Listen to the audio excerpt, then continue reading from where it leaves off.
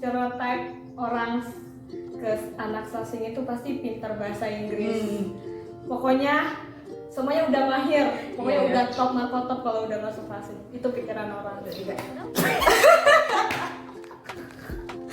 Halo semuanya. Sesuai judul, kita kali ini akan ngobrol seru seputar jurusan Sastra Inggris di Universitas Bangka Belitung. Nah, kali ini aku ditemani sama kakak yang cantik ini. Kenalin kak, dirinya siapa ya? Halo, aku Windy. Windy Seria, Mbak Ibu Informi Windy ya. Sekarang semester akhir di Sastra Inggris Universitas Bangka Belitung. Oke, nah pas nih ngobrol sama yang udah semester akhir nih kan, berarti udah banyak pengalamannya. Nah, yang aku denger nih kak kan STM dulunya SMK-nya. Nah, gimana ceritanya dari STM bisa masuk jurusan Sasing di UBB nih? Oke, jadi buat yang belum tahu STM itu apa ya? STM itu Sekolah Teknik Mesin kan? Iya. Nah, kalau di kota kita SMK 2 Pangkal Pinang. Iya. Jadi dulu itu ambil multimedia karena emang tertarik di jurnalistik. Sebenarnya emang kayak masih kecil kan nggak tahu beda IT sama jurnalistik apa, padahal dari SMP juga udah ngerasa oh kayaknya lebih suka di bidang bahasa atau sastra gitu. Cuma seiring berjalan waktu ngejalaninnya ternyata nggak sesuai ekspektasi. Ternyata multimedia itu bukan cuma jurnalistiknya, lebih banyak teknologi. Dan waktu mau lulus itu sebenarnya mau ambil pendidikan bahasa Inggris karena emang sukanya sama bahasa Inggris, dan dulu cita-citanya nggak muluk-muluk mau jadi guru aja di STM gitu. tapi nggak keterima di pendidikan, makanya dapetnya di sastra Inggris. Udah jalan aja gitu. Kenapa milihnya UBB? Kenapa nggak di luar? Dulu sebenarnya di luar tapi tertolak. Mau gimana? Oh, nggak lulus? Nggak dapet kan SNMPTN tuh. Nah ternyata di kampus luarnya itu ditolak.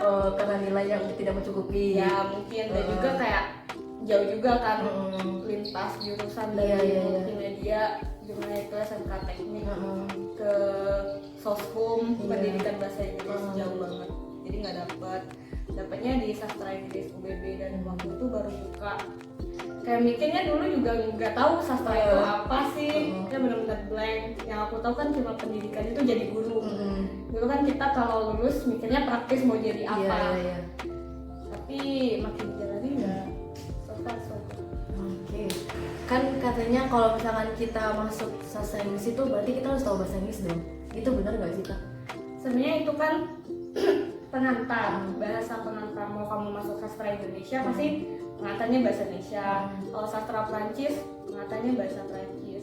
Jadi at least harus tahu dong dasar dari bahasa Inggris itu sendiri. Oh, jadi kalau misalnya nggak bisa bahasa Inggris jangan masuk sastra Inggris deh, mending kayak itu.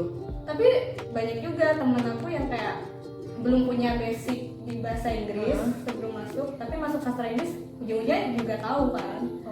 Kan sebenarnya masuk jurusan sastra itu kan bukan masalah kamu ada bakat atau enggak, karena manusia itu kan punya kemampuan lingua franca, bukan lingua franca itu bahasa linguistik ya, linguis lah, kemampuan bahasa. Kayak mau bahasa apapun kita tuh punya kemampuan motorik gitu untuk mempelajari bahasa. Jadi walaupun nggak jago, pasti nantinya juga bakal tahu dan juga bakal belajar basic dari pertama banget waktu pertama kali masuk bahasa Inggris. Gitu. Terus kak, sastra Inggris di Universitas Bangka Belitung itu belajar apa aja nih dari semester 1-nya, semester 2 sampai lulus? Oke, ini panjang banget ya. Simpel-simpelnya aja sih kak. Belajar silabus kita. Oke, jadi yang paling pertama ya pastinya sama kayak jurusan lain.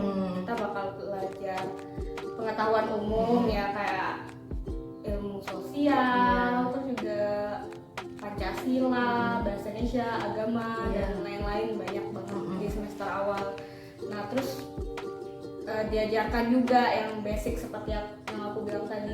Jadi jangan takut ya buat teman-teman yang mau kuliah Sasing tapi nggak nggak mahir nih bahasa Iya. Inggrisnya waktu SMA, dia juga bakal diajarin kemampuan dasar seperti reading atau membaca, terus juga listening, mendengarkan, speaking, writing juga, punya basicnya diajarin.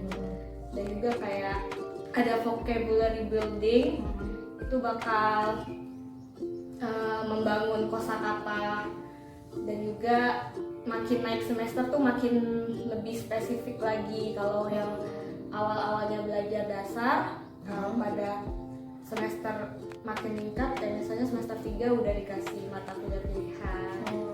Kayak ada English for Tourism, ada English for Business, jadi kayak nggak cuma teorinya aja, tapi bakal belajar secara prakteknya seperti apa bahasa Inggris itu. Terus meningkat lagi ke semester 5 ya, kita ada penjurusan juga. Mungkin jurusan lain juga ada penjurusan kan, kayak konsentrasi apa. Kalau di UBB sendiri ada 2, linguistik sama sastra. Kalau linguistik itu kamu bakal fokus belajar ilmu bahasanya, jadi kayak bagaimana bahasa itu terbentuk, susunan kata atau grammar ya, atau susunan kata, makna kata, pokoknya yang berkutat sama ilmu bahasa yang murninya. Terus juga misalnya kayak komputasi bahasa, kayak Google, terjemahan segala macam. Terus ada rumus-rumusnya juga. Dan linguistik itu memang terkenal sebagai matematikanya bahasa gitu. Nah kalau sastra, nah itu lebih fokus ke karya sastra. Jadi buat kamu yang hobi cerpen, short story, play atau drama, dan juga kayak misalnya puisi, poetry, nah itu bakal belajar di sastra. Dan kakak ngambil konsentrasi itu? Tahu Iya kan, lihat Instagram kan sering kayak nulis gitu, kayak aktif.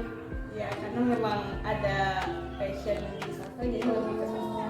Dan sastra itu nggak cuma happy nulis-nulis doang, kayak kita juga mengkaji sebuah isu yang ada di karya itu menggunakan teori, dan misalnya teori feminisme, teori postkolonialisme, pasca penjajahan, dan juga post-truth, psikoanalisis, semuanya banyak banget.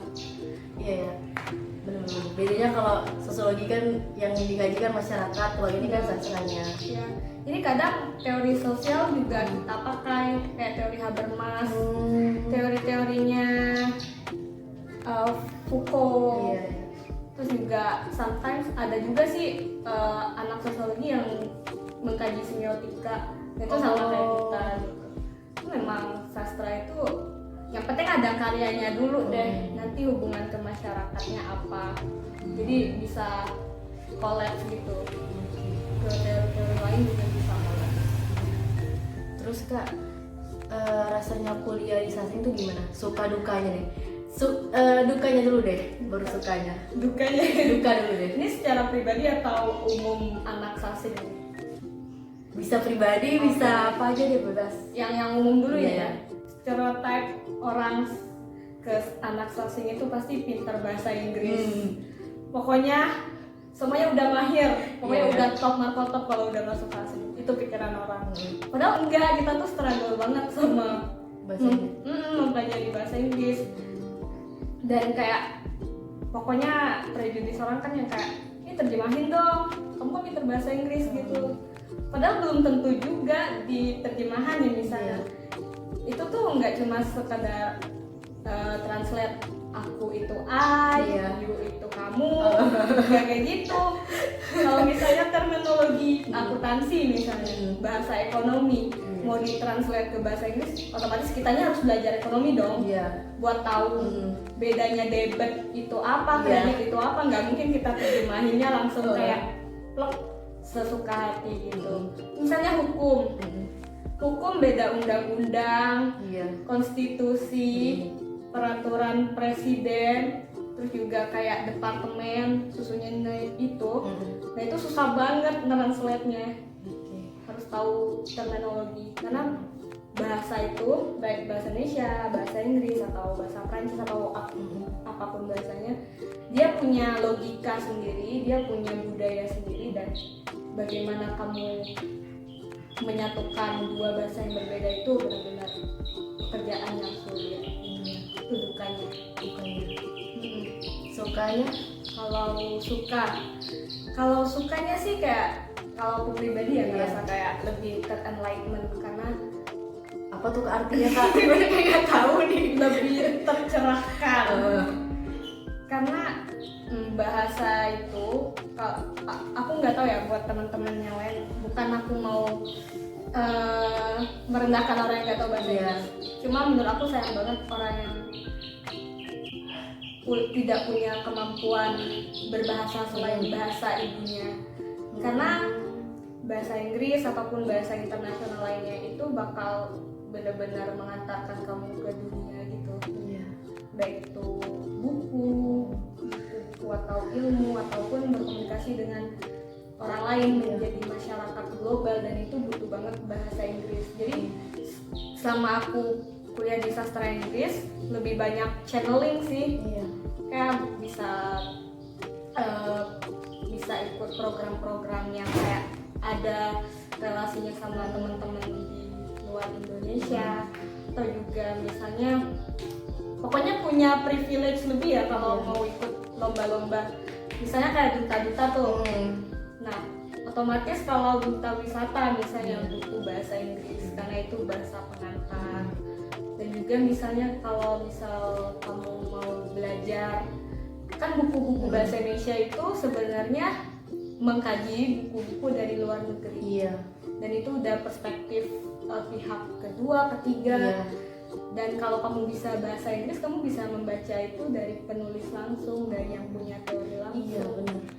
Jadi lebih enlightenment, lebih tercerahkan kalau aku pribadi dari sastra Inggris. Nah Kak, selain itu gimana lingkungan pertemanannya, dosen-dosennya itu seperti apa di Sasing gitu? Kalau di Sasing UBB ya, nggak tahu ya kalau Sasing di kampus lain. Kalau di Sasing UBB dosennya sih asik-asik, karena dosen baru, dosennya muda-muda.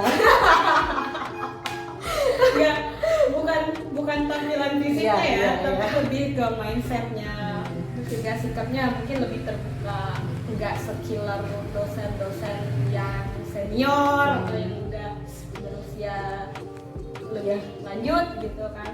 Nah, kalau teman-temannya sih asik sih, kayak teman-teman aku di Sasing, mereka ya walaupun nggak se-rebel teman-teman di jurusan lain kayak sosiologi ya ataupun ilmu politik, tapi mereka juga kayak mereka punya kayak pemikiran yang cukup open sama isu-isu terbaru juga.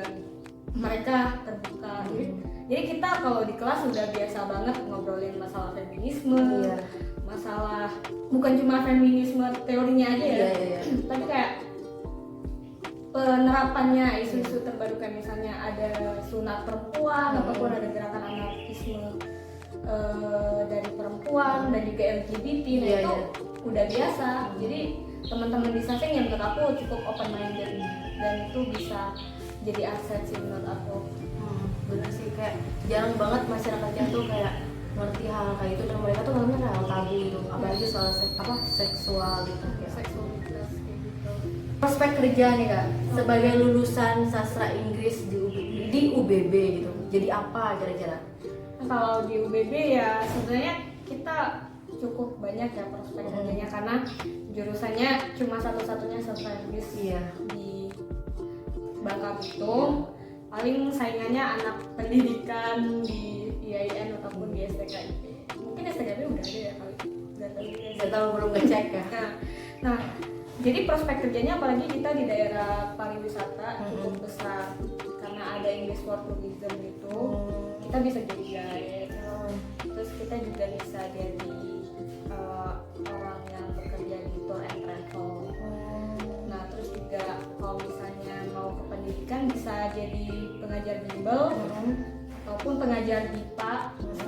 Soalnya di Bangka Belitung sendiri opportunity untuk jadi pengajar BIPA di luar negeri itu masih tidak sekencang yang di luar Bangka gitu. Nah, BIPA itu bahasa Indonesia untuk penutur asing. Jadi kayak kita mengajarkan bahasa Indonesia tetapi untuk penutur di luar negeri. Dan biasanya diambil anak-anak yang basicnya bisa 2 bahasa. Kayak kita kan bahasa Indonesia bisa dan bahasa Inggris bisa. Jadi chance untuk ikut tes itu tuh lebih besar. Ini spoiler buat teman-teman ya. Dan kementerian tuh masih mencari, kalau dari Bangka Belitung bahkan belum ada pelamarnya, dikit banget pelamarnya. Itu cukup besar peluangnya. Itu juga kalau misalnya kamu pintar di terjemahan, kamu bisa jadi translator. Atau misalnya yang lebih bergengsi lagi deh, interpreter yang nerjemahin setiap pejabat ngomong langsung diterjemahin. Atau penutur asing ngomong langsung kita terjemahin, itu namanya interpreter. Kalau translator itu lebih ke tulisan. Itu juga ya ngajar bimbel kayak aku sekarang ya sambil ngajar bimbel juga di bahasa Inggris. Pokoknya asik sih. Dan juga banyak yang misalnya yang idealis gitu, yang suka nulis, suka bikin karya sastra. Nah, itu juga bisa jadi seorang sastrawan. Jadi kuat-kuatin nulis. Dan kakak sendiri nextnya nih mau ngapain nih setelah lulus nih kan sebagai sarjana corona ya kan?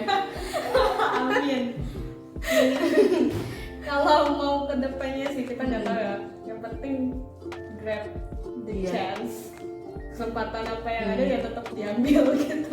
Jadi nggak ada rencana yang gimana. Tapi ya kalau bisa tetap di bidang bahasa dan sastra itu sendiri.